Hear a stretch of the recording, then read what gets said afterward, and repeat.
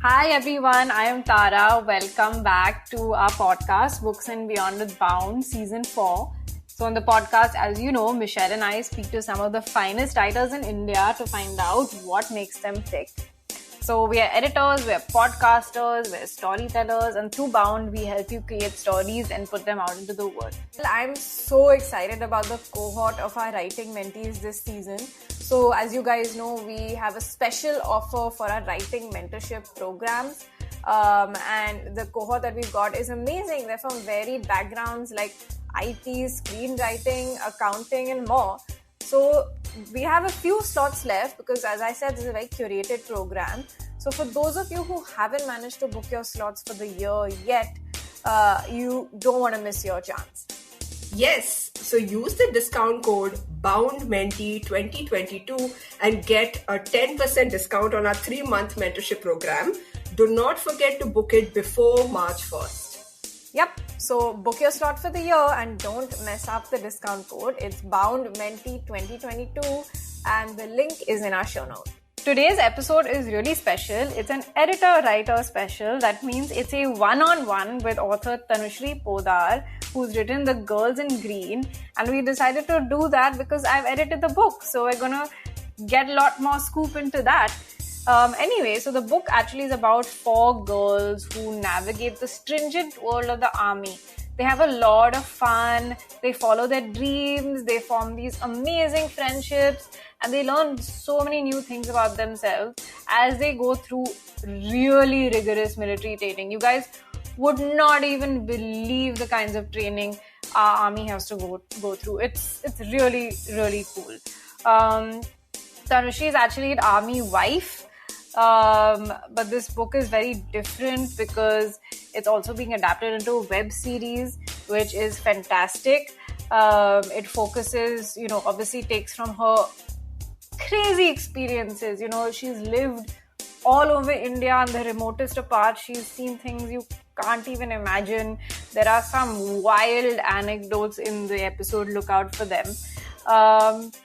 And so I've been an editor for, 10 years. I've edited all kind of books from thrillers to literary fiction to non-fiction. And there's so many amazing books. And there's been a few that have really stood out to me. And a lot of them have to do with women doing, things that I know I couldn't do. And maybe that's why I'm so fascinated with it. But I want to. For example, one of the books was about women bikers. I really like immersing myself into characters that are so unlike me. And I think that's what all of us do, right? We all love reading books. I don't know about you, but I think so, right? We all love reading books and we just like escaping into a whole new world. So this episode was really that for me. She managed to portray the lives of these 4 girls with contrasting personalities, what they go through in the army with exacting detail and emotion. I think that's very hard to do, and you're going to learn a lot. You're going to be taken on a really joyful, amazing ride. So I hope you enjoy this episode with just me and the author. So let's dive in. Hi Tanushree, welcome to Books and Beyond with Bound. Thank you. Hi Tara. I'm so happy to be here with you today.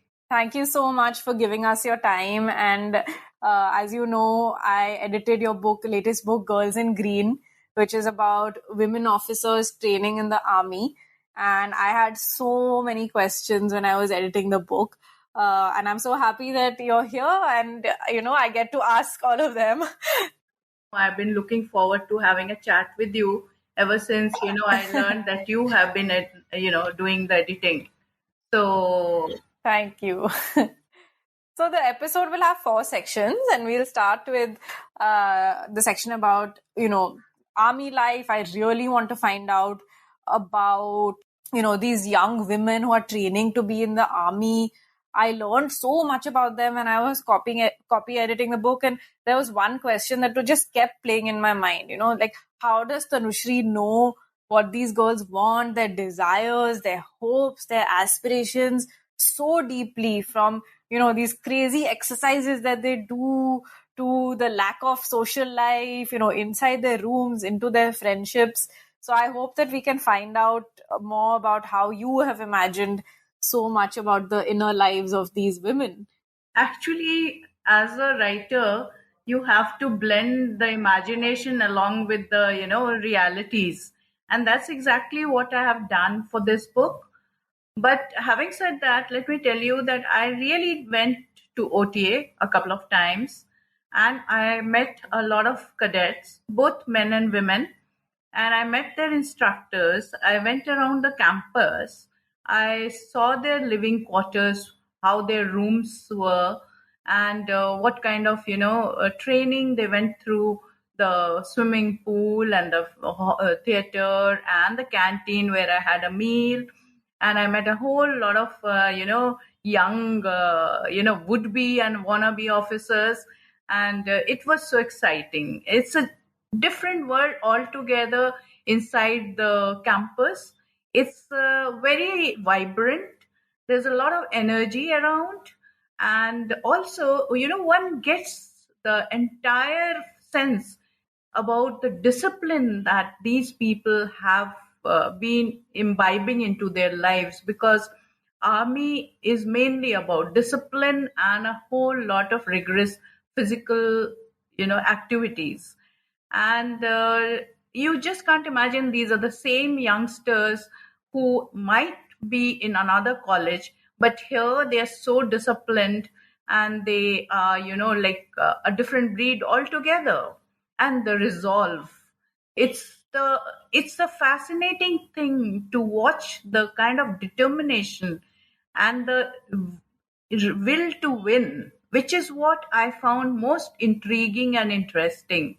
We all want to live our dreams, but here was a bunch of people who were totally ingrained into the philosophy and motivated to serve the nation, their only motto being to become very good officers.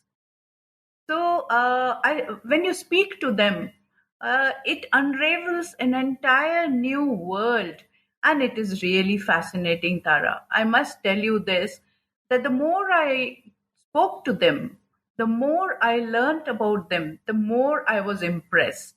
And of course, I spoke to a lot of other lady officers who have passed out from the academy. And now we hear that the government proposes also to be, taking in women and girls into the NDA, which was exclusively a male, domain till now. So, yeah, I just read that news actually, and I thought of you. But the what you say about hierarchy really stands out in the discipline, because all four characters in your book, they're so naughty. They have different personalities. Especially Nutty, who's my favorite. She's this drama queen who's always up to no good. And you balance that so well with showing the amount of grit that it takes, the amount of physical exercise that these girls have to do. So I also want to ask, you've written two other books based on the army life, and you have been an army wife, and you've spoken about how tough it can be. So I really wanted to know if you could maybe narrate one or two incidents for our listeners that you have gone through as an army wife, and why does the army life attract you so much as a writer? For one, I have spent more than my half life in various army stations, as my husband was an army officer who's now retired, and I have the sense of discipline that comes naturally with the living inside the campuses, watching the people go about their duties. But it's a life that's full of dangers also.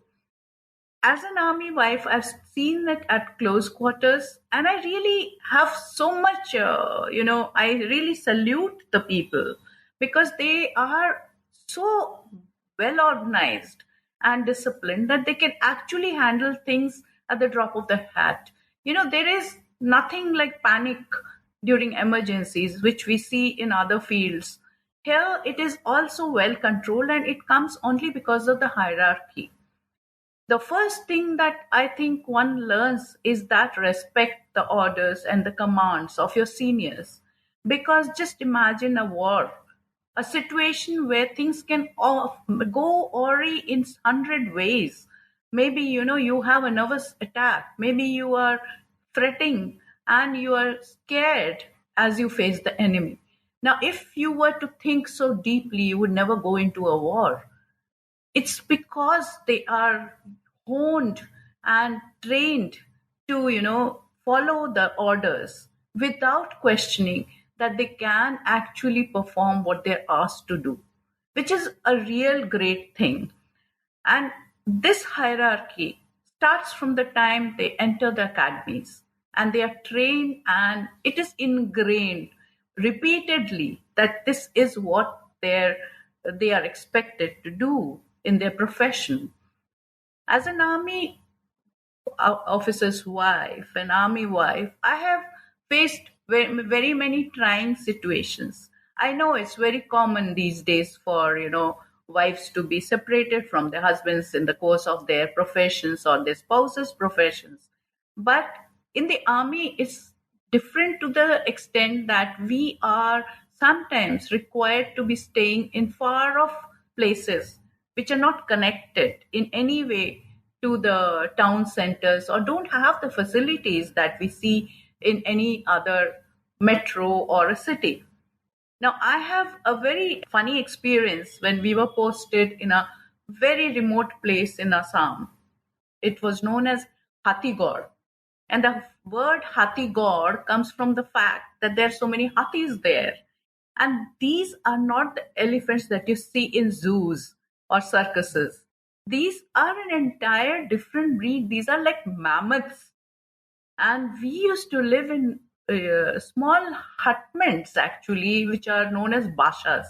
Now, these bashas have cemented walls of just about a couple of feet, about 3 feet maybe, and thereafter it's all bamboo matting.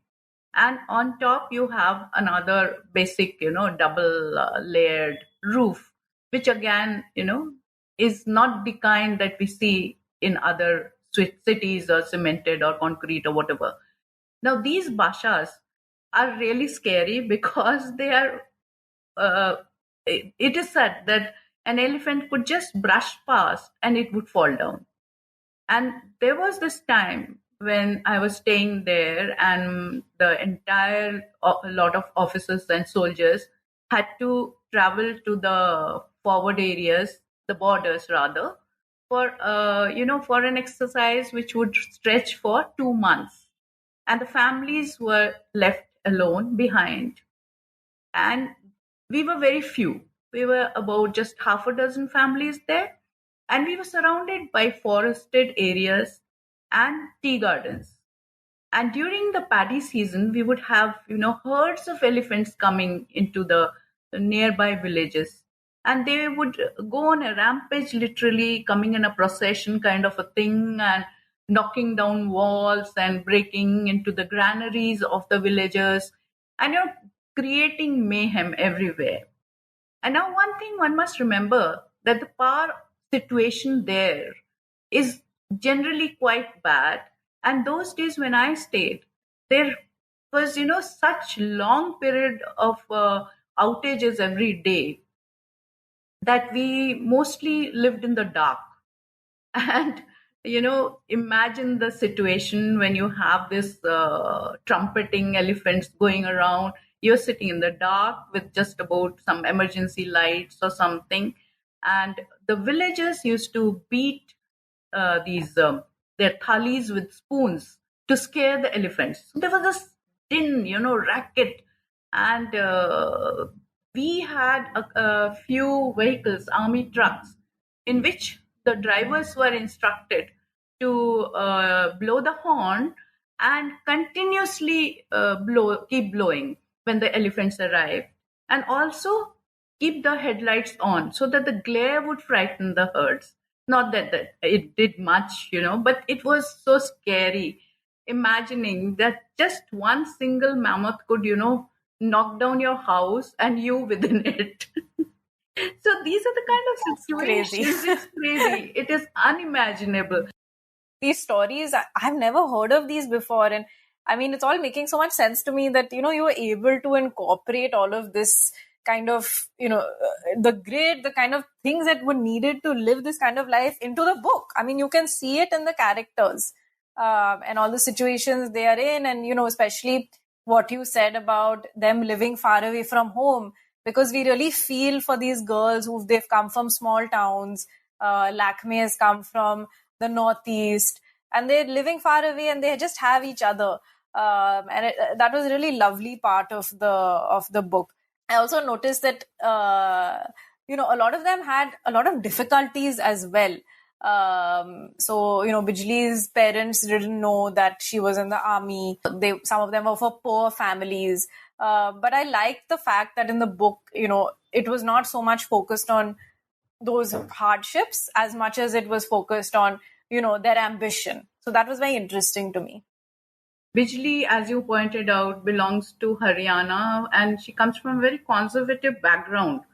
And her parents had already decided that she should be getting married, and she was engaged. And this girl did not want to get married. And it was her grandfather, who was a retired, soldier, who wanted, who encouraged her ambition to get into the army. And it is they who plotted and planned, and he trained her in the secret, and she appeared for the exams without the knowledge of her father, and she joined the academy. And it was later that her father came to know within a couple of weeks, and he landed up at the academy, determined to drag her by the hair. That was a really harrowing scene. But how did you come up with all these characters, Are they based on real women, or because they're so very different, So Nutty was my favorite one because she's always up to no good, and she's a drama queen, the naughty one. They're also very different. So how did it come about? See, Nutty is also one of my favorite characters, because she's the epitome of the small town girl who dreams big and is enamored by the city life and the glamour, and to her the ultimate goal is to be somewhere very comfortable and attending parties. So she imagined army to be a very different cup of tea. It's only when she went to the academy she realized that it wasn't a joke to get into the army, and it involved so much of sweating and fuming and fretting and discipline and rigorous exercises and whole lot of things. And that is how she realized what the army was all about. And of course, once the girls got into the academy, then it was just their ambition, and they had no time to think about their own personal lives because they just were driven from one task to the other through the day, rising at the crack of the dawn and carrying on till they were ready to drop dead. So it is interesting that when I sort of asked a couple of lady officers to read the book, they were very surprised, saying, "How did you get it so right? You must have known some people." I said, "No, it's just a little bit of my imagination." They said, "But there are people like that in the academy. We have had in our courses such people." But what you said about, it's so hard, it's so grueling, you show that because their seniors are always making them do exercises, pull-ups, exercises whose names I hadn't even heard of before the book. And I am somebody who loves fitness, and so I love stories about all these badass women. I edited a book about women bikers in India, and I love that because it just takes you out of the whole zone of what you're supposed to be as a woman. It reminded me a lot of the Gunjan Saxena movie as well, because there was not so many facilities in that movies for women. So you didn't mention, things like periods or things like that. And I actually really wanted to know, what is it like for women? Do they have breaks? Do they have health concessions? I know my mom, she was a national level swimmer, and they had to swim whether they were on their first day of period or not. But what is that like in the army for women? Every girl or woman who joins the army knows that there would be no concessions, right? My point is that if they were captured by, say, enemy, and they are now fighting for equality and combat, roles. So just imagine a situation where they are captured by the enemy.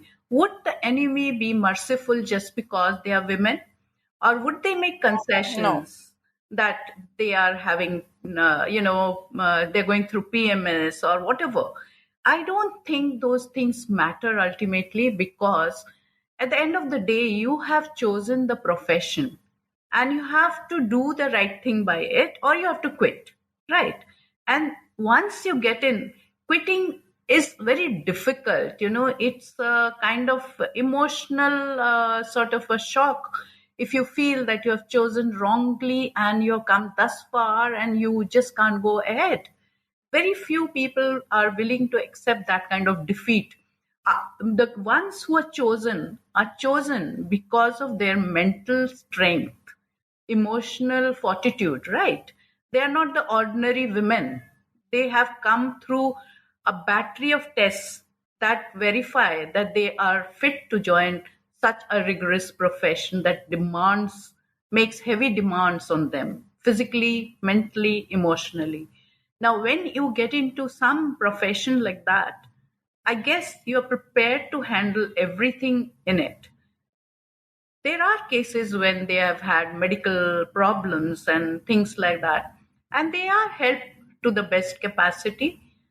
But sometimes it is beyond help, then they have to quit. But those cases are far and few between. It's interesting because I thought about this a lot, and I thought about, what kinds of women join these professions. And yeah, I mean, I totally agree with you. You can't, they're signing up for that. My family, I have a family full of athletes. So we have some professional athletes in our family, and they don't, the tournament is when the tournament is. Exactly. And that's their life. So I did think about that a lot. It was very interesting, actually. But I also want to come on this other point. I found the epilogue of your book really interesting, because you mentioned about, you mentioned there that the army is very conservative and how these lady officers have to keep up with the men. And then even in the book, there's a scene in the book which is about how the four girls in the book, they have to get a haircut. They have to cut their hair very short. And Nutty, of course, freaks out. So would you have imagined a world, could you have imagined a world where Nutty would not have cut her hair and the army would have accepted it? See, when they first joined the army, I think a couple of girls opted to keep their hair, and they had to, tie it up in a certain manner and all that. But just think of the situation. You have to somersault. You have to do 100 things, and you may not be comfortable if you have if you have long hair. Firstly, you won't have the time to look after your long hair or spend time. Even to comb it would be a luxury, right? So when you go, if you see the academy, you can't from a distance make out whether it's a girl or a boy. They are so lean, tanned, and sinewy, and with the haircut and the same kind of uniform. You just can't distinguish from a distance. Girls don't look feminine, at that time. They look just one of the cadets. And that there lies the beauty, because it's not about, being different. It's about being one of the gang, right? And it is in that uniformity that they find strength. And though you may not be feminine at that time, but there are so many ways to be feminine. And also they have those breaks during which they want to catch up with being feminine. But I don't think they care so much at that stage. It is a year-long thing, almost. Right. No, I think you're giving a lot of insight, into the minds of these women. I fell in love with the characters a lot. They were the highlights for me. And in the epilogue, you speak about, how after they're going to graduate from OTA, they've done really well. One of them has won the Sword of Honor. I'm not going to say who, so that the readers can pick up the book and find out. But they've all really done well in their own ways. They've had their own journeys, and now they've graduated and they're going ahead. And then, so you've mentioned that, they're going to face a roller coaster of events, and that they're going to have to struggle a lot in the army to earn the respect of the male officers. Now, I found that very fascinating, and I found it very fascinating how these characters have lived on in your head. So I want to ask you, can you pick one character, maybe Nutty, and could you please tell me what happens to her after the OTA? See, Tara, even in the corporate scene, you have a glass ceiling, right? You have women who have to prove themselves doubly. They have to go beyond their duties to prove they are equal to their male colleagues. It's the way the world works, and it's no different in the army, right? You do have, certain reservations, from the soldiers who come from rural areas. They're not used to being commanded by women. So it takes a while for you to gain their confidence. You have to prove yourself worth their, respect and obedience. But no, Nutty proves to be as tough as a nut. They call her coconut, if you remember one. Yes. And she rises to the occasion. Yeah, and also the book is going to be adapted into a web series, and it makes so much sense to me because when I was reading the book, I mean, all of the scenes felt like they could be on screen, and you get really invested in the character. So I'm sure lots of your other readers would also want to know what happens to these characters. So we're all waiting for a sequel. Speaking about that aha moment when you start writing and an idea comes to you, I find that moment of deciding what to do very interesting. And so for me, I'll give you an example. I always want to do things that have not been done before. So even the idea of this podcast came to me because I saw there was a gap. But for you, I read that this idea of writing Girls in Green came when you saw Captain Tanya Shergill leading an all-male contingent in the Republic Day parade. And so I want to know, can you narrate that aha moment for us, and what went through your mind for you to then sit down and write this book? Tara, ever since I wrote Boots, Bells, Berets, which is the set in NDA, and then followed it up with IMA, each time it has been, I have written because the cadets wanted me to write. I met a lot of women officers who had the same question. They said, we have come into the army. We have been training. And where is a book about us? And still I was dithering. I said, okay, maybe, yes, one day. But then when I was watching the Republic Day parade, actually I'm very passionate about it. And that, when that moment when I saw Tanya Shergill, proud, her bearing, as soldierly as any other, and her leading the contingent, it was like a moment of revelation, I felt, my eyes brimming with tears as I watched her. She could have been my daughter or my sister or whoever. It was like, someone's dream come true, because I know what it takes to get there. And then I realized perhaps it's time now for me to write the books that they need to be written now. And that's how Girls in Green was born. Yeah, I mean, sometimes, you just have that intuition, and it is something that hasn't been done before. So I'm sure it's already been very well received. I also want to ask, about how your readers have received this story. And, I recently came across a story that was taken down by DU because it didn't show the army in a good light. And now in this book, in some areas, you have been not critical, but you've shown sort of a mirror of what the army is, for all its good, for all its bad. And so were you worried about any sort of backlash, or what has the response been from your readers for this book? I think the readers have been very enthusiastic, and the book is doing, touch wood, it is doing quite well. And see, whatever I have narrated is true. And also, like every field, every profession, there will be a side which people will, feel is not, so glossy. And there would be another side which would be very polished to perfection.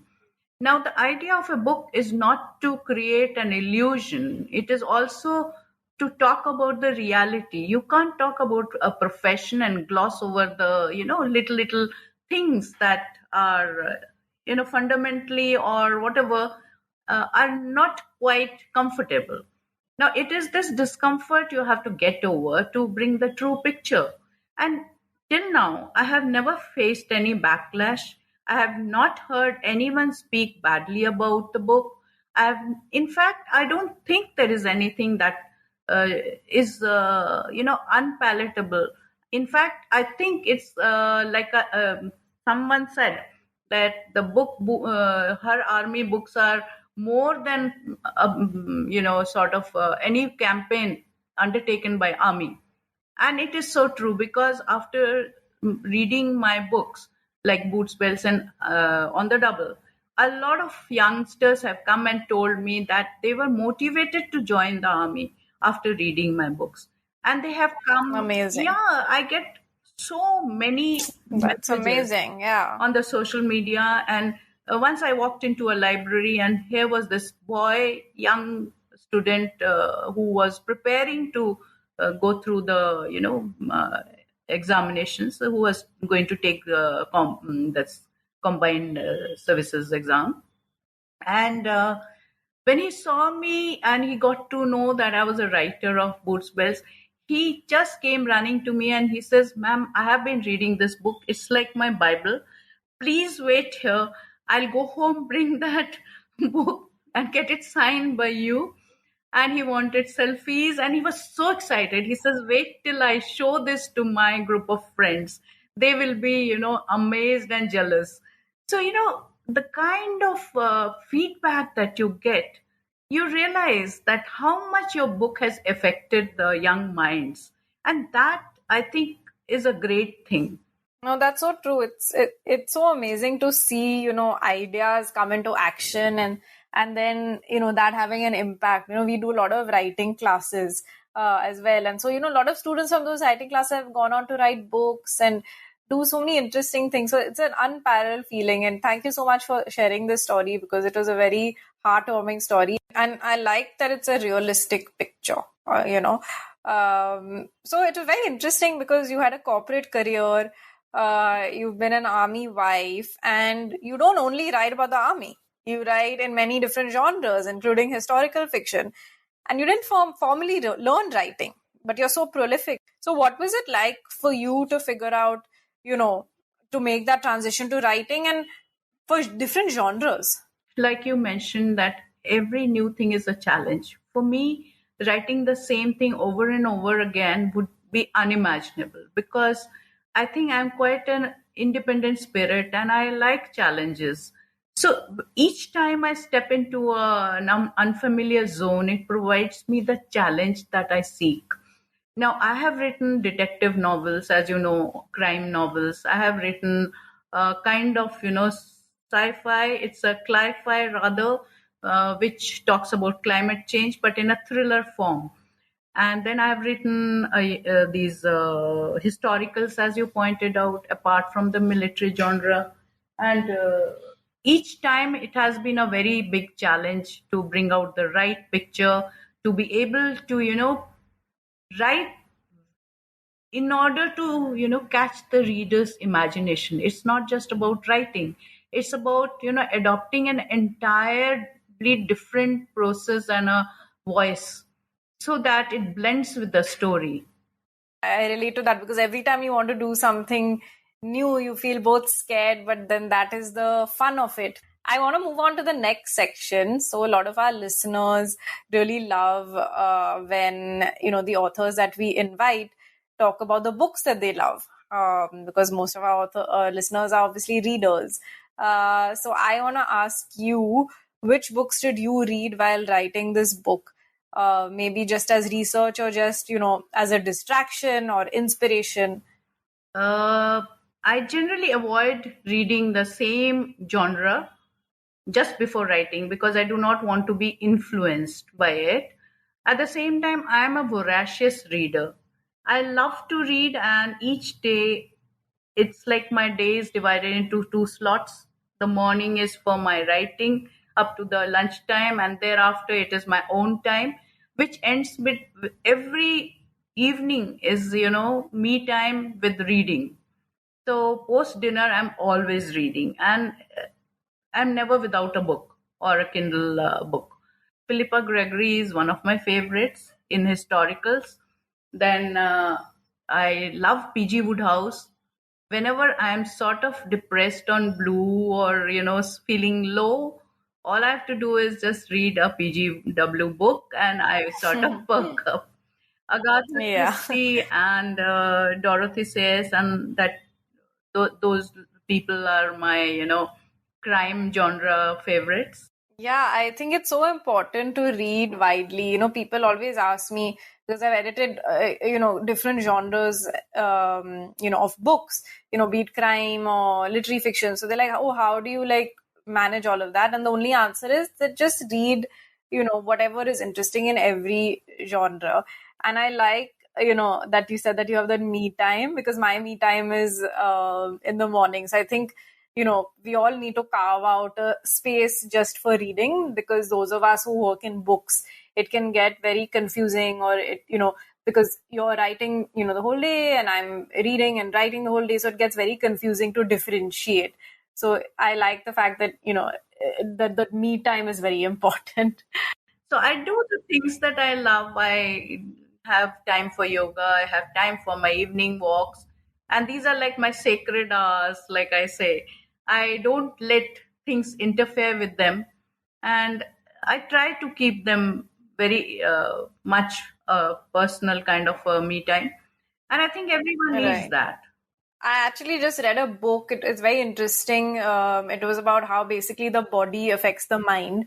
And it says that everyone must go for evening walks, or not evening walks, but walks, because that's the time when you can get your most best ideas and you can get the most creative. And it's happened to me. So, I go on walks and I think of whole entire stories on that walk. Does that happen to you? Absolutely. In fact, both my husband and I are very disciplined about our evening walks. So it's the time when we discuss, thrash out plots, and discuss the details, because he's like my sounding board and my critic and Oh, everything. how nice. So always the first look belongs to him, and I always discuss. And that's like the time when you are totally away from the house, and I don't even carry my phone, by the way. I don't carry it during my walks, so I know that I'm not indispensable. People can leave a message, they can call, I'll call back, but I need not carry my phone as if it's my dear life. An hour of I need to start doing that. Okay, so the last three questions I have for you is about editing. I want to know about your process with your other editors, how you work with them, your process of publishing the books, because you're such a prolific writer. So the first question I have is that you've worked with different editors, different genres. So, and you also share everything with your husband. So, what is your idea of an ideal creative partnership? How do you like getting feedback?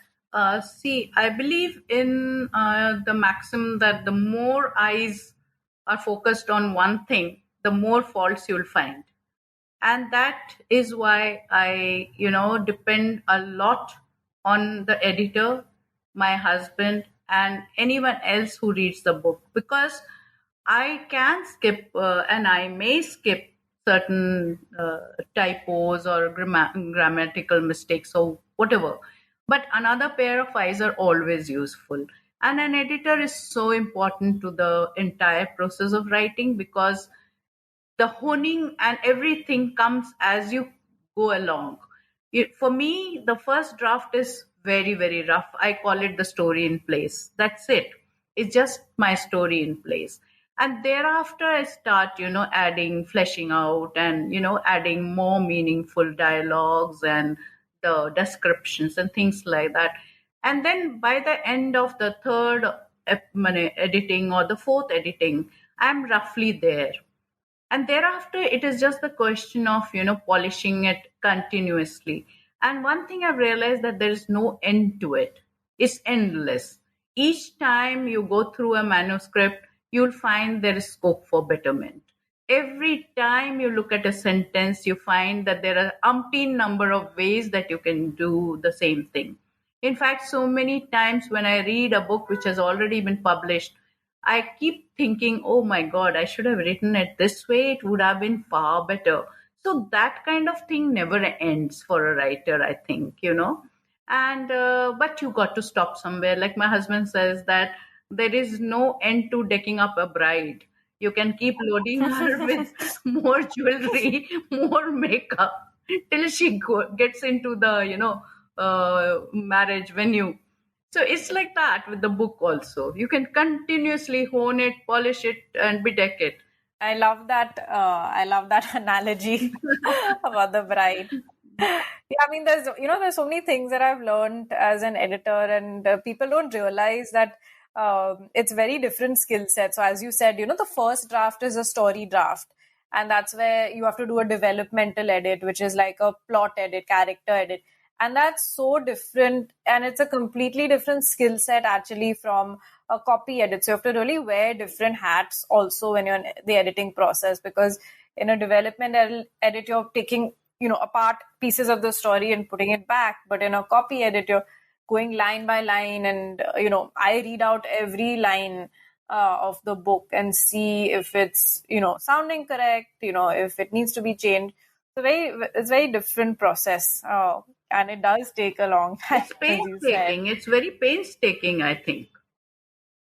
Right. No, it is. But that attention to detail is something that is really interesting for an outsider, because you really get to know a book in a way that you would never have otherwise. So, that's why you separate the work reading from the fun reading. Because the fun reading, you're not looking at how a book is put together. And that's actually quite an interesting thing to do. I also wanted to know, because sometimes your editors may have suggested plot and character changes in a book. I know I have sometimes for my authors.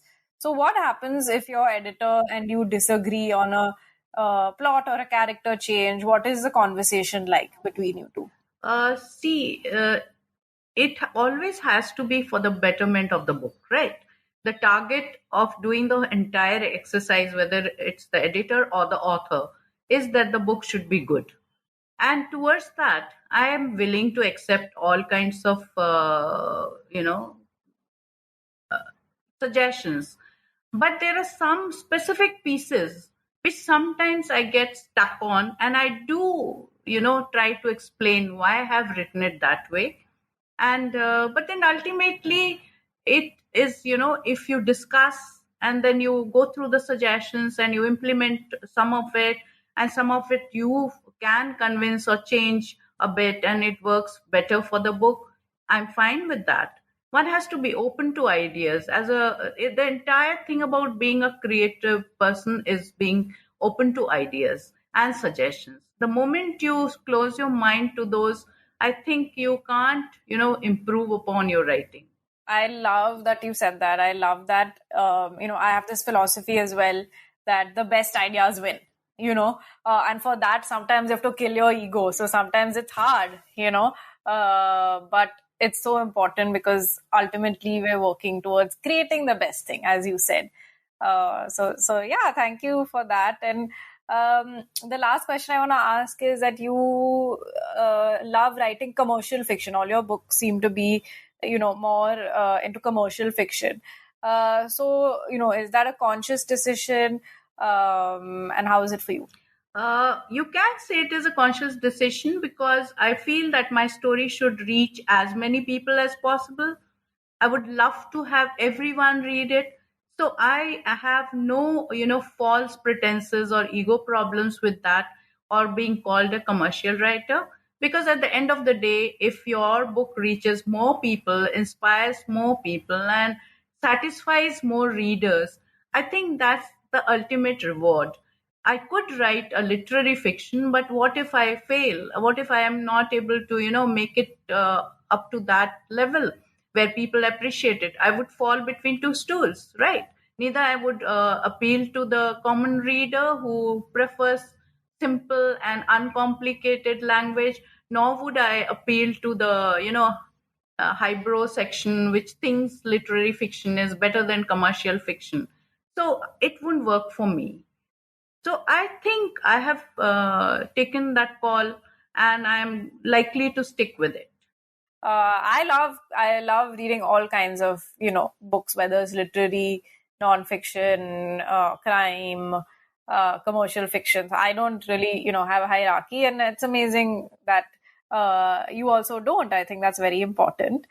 Okay, so the last section of this episode, and I've had so much fun, I could continue on forever, but I don't want to take more of your time, is the rapid fire section, where I hope that I will ask you questions and you answer rapidly. Okay, I'll try. One female character from Girls in Green that you would like to be? Nutty, of course. I knew that was coming. One training exercise from the army that you could do? Very difficult. I don't think I can do any of them. Yeah, no, the one that I was so fascinated with was the rope climbing. Oh That my was, God, like, it very, is very tough. It's very tough. Yeah. So read the book, everybody, to find out what kinds of exercises people have to do in the army. It's crazy. Okay. What genre are you left to explore that you find incredibly challenging and exciting? There's so many. I love the idea of sci-fi, but I'm not fully ready to dive into that completely. I have tried out one, which is a climate fiction, but I would love to do a complete sci-fi, futuristic. Oh yeah, looking forward to that. That would be interesting. Okay, one dialogue from an army film that you have not forgotten. Koi shak? One funny incident from your husband's time in the army. Oh, lots. I think his lectures at the time of leaving the unit, where I would warn him not to be long and finish it fast. And he would try and he would tell them, my wife desires it so. So sweet. One thing an army wife knows that nobody else does. She knows the weaknesses of her husband so well. Very nice. Thank you so much for being here today.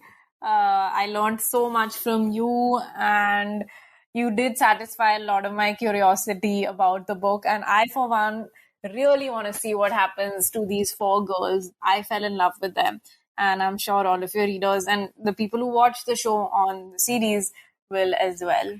Thank you, Tara. It was a lovely conversation. I enjoyed every bit of it. And who knows, like I said, what tomorrow holds. So I hope that I'll be able to fulfill your dream one day. If it was up to me, that conversation would have gone on forever. And guys, it's really tough for an editor to let go of a book once you're done. It's sort of like when you finish reading something and you don't want it to end, and you feel kind of sad that it's ended because you're no longer in that world. It's so sort of bittersweet, isn't it? Here's a reminder. If you want to work on your writing with an experienced mentor, make the most of our offer that ends on March 1st, 2022. Book your slot for the year before March 1st, 2022. The slots are almost full, so don't forget, use the discount code BOUNDMENTEE2022 and get a 10% discount on our 3-month mentorship program. Link is in the show notes. Our next episode is kind of mind-blowing because you're not going to believe it. Michelle and I spoke to one of India's most beloved writers, Sudha Murthy. So, you guys have been requesting this for ages, and for whoever, wants to know a little bit more about Sudha Murthy. She's a Padma Shri. She's written amazing several books in Kannada and English. One of her first books was How I Taught My Grandmother to Read, which is a children's book. So most of her books, she writes across all genres, but we're going to focus on children's books. This is a children's book, which is a tale about her own relationship with her grandmom. And you guys know how obsessed I am with my grandparents. She's 71 years old and she's still at it. She says that, it's never too late to learn. And we also discuss her latest book for children, How the Earth Got Its Beauty. What I really like about all her books is all of her books can be enjoyed by adults. They take what is already existing out there, like how the earth came to be, and they put a magical, unique, playful twist on it that really opens your eyes to another perspective. And the books are also infused with a lot of empathy. And she does this because she's told us in the episode that she's managed to win the hearts of so many Indians, and she wants to make people read. So she's built libraries across rural India, and she has many initiatives in her foundation which help kids read as well. So in this episode, I know you guys are going to love it. It feels like you're speaking to a well-wisher. It feels like you're speaking to a nani in the best possible way. So I hope you guys enjoy it. And as always, you guys know we are editors, we are podcasters, we are storytellers. And through Bound, we want to help you create stories and put them into the world. At Bound India on all social media platforms. And thank you so much for tuning in. We will be back next Wednesday with Sudha Murthy.